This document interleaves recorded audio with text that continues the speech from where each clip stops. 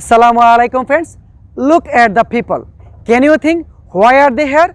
My friends, they are interested to take COVID-19 vaccine. That's why they have come to take COVID-19 vaccine. My friends, can you imagine? Can you imagine that they live in village or city? My friends, they live in village.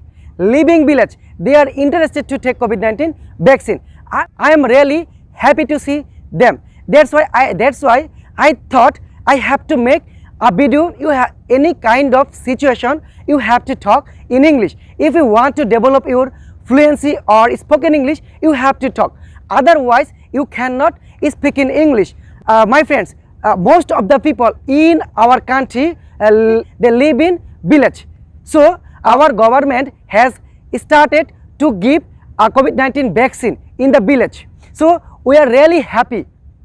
At last, we are thankful to our government to provide the COVID-19 vaccine.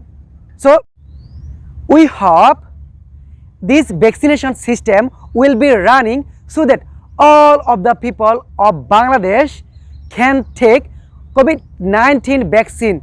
My friends, if you like this video, please subscribe my channel to get new video from my channel. I will show how to speak in English any kind of situation.